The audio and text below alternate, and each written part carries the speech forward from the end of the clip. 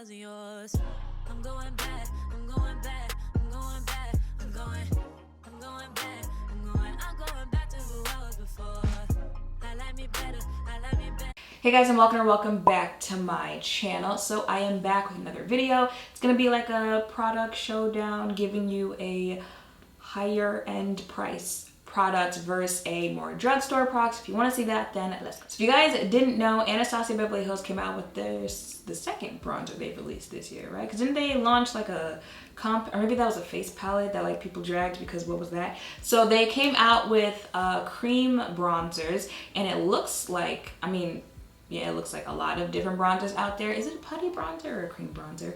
But it reminded me of the putty bronzers that Elf just launched, and I believe Anastasia, well actually I've got the information, but this is the Anastasia bronzer, this one is the Elf, so I figured why not do a video comparing the two, especially since the prices are so drastically different. So these are the Elf Putty Bronzer is described as a unique putty to powder bronzer that delivers highly pigmented buildable color for a natural sun-kissed glow.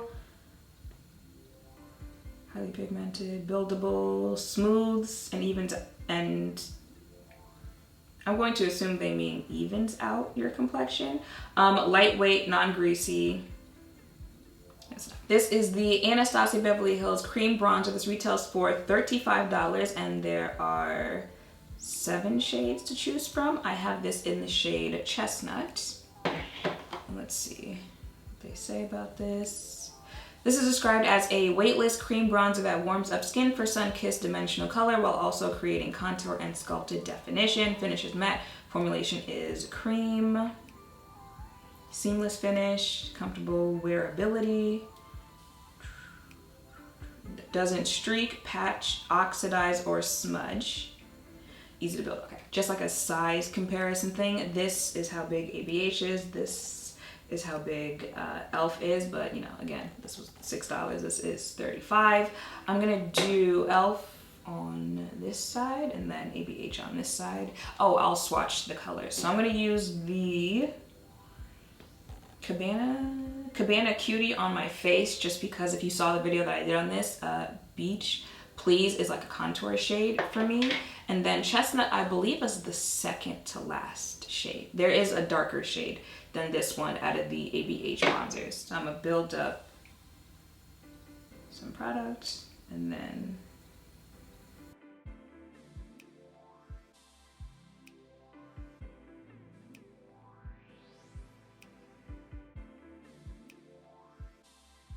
so we've got one side with bronzer, one side without, and now let's see what she's giving. Okay. Ooh, she's real creamy. She's real creamy.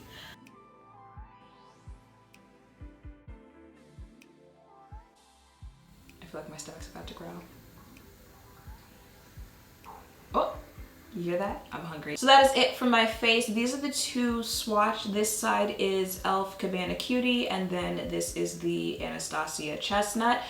I feel like my face is kind of giving the same on both sides. I feel like, you know, she's got a little sun kiss to her, you know, a little dewy-ish, not dewy-ish, but y'all know what I'm talking about. The type of look that you kind of want bronzer to give you when you put it on. Of course, we're working with 2 different colors with different undertones here. But I feel the ABH side is giving me just a little bit more sun-kissed-ish, while Elf is giving a little more defined, almost contour-ish. Again, 2 different colors, but they both claim to do that. They both claim to, you know, give you a sun-kissed look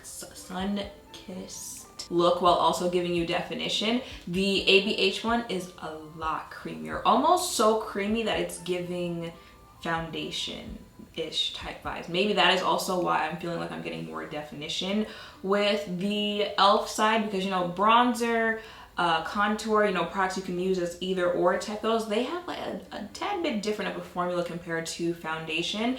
And the AB, like I'm telling you, my finger dipped in there when I put my finger in to get the swatch for that one. It's reminding me of like a cream foundation, so that could also be why I'm feeling like, you know, she's giving a little bit more shine, more sun-kissed on that side. But I feel like if you're looking for a bronzer, they both do what they have to do, and they're both pretty similar.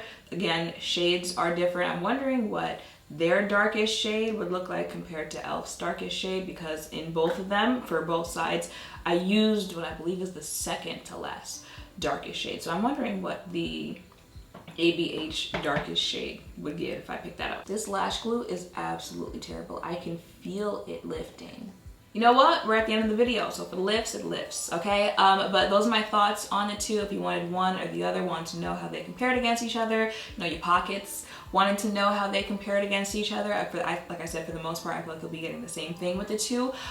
It'll really boil down to like the colors that you get, you know, because granted, you gotta look at the shade ranges that both of them offer, and then the colors that you would shoot for, and see like, is that going to give me more, you know, like contour-ish? Is that gonna give me you know, an actual bronzer shade? Like I said, the ABH one was a little bit more creamier, and because of the color of it and the formula of it, I fear this one would be easier to just, you know, kind of blend into the rest of my face, which is why I said I feel this one is giving me just a little bit more definition. So with this one, I feel like it'll boil down more to the color that you pick up for your skin tone. But that is it for these products on my face. I hope this has helped. If any of you are thinking of picking up either of these products, make sure to thumbs up, comment, subscribe, turn notification bells, all of that down below. Thank you all for watching. I will see you in the next one. Bye. Yeah, yeah. Yeah, yeah.